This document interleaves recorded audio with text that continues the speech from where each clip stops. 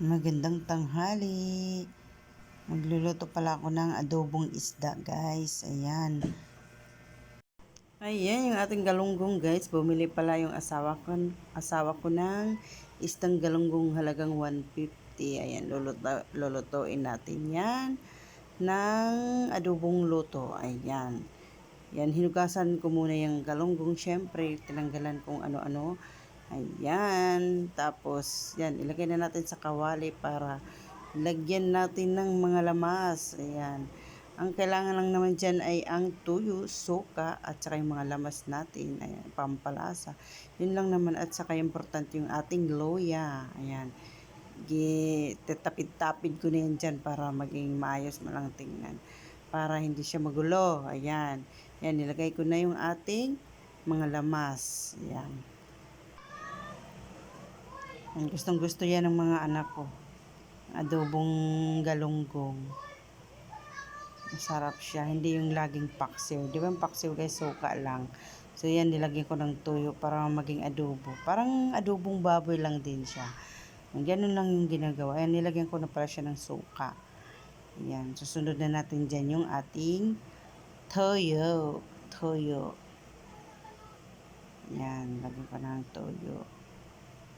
Para maging adobo siya. Kunting-kunti lang. Depende na lang sa inyo kung gaano kadami. Inilagay natin ng pamenta.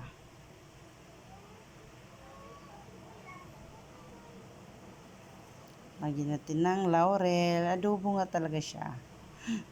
Lagyan natin ng asin.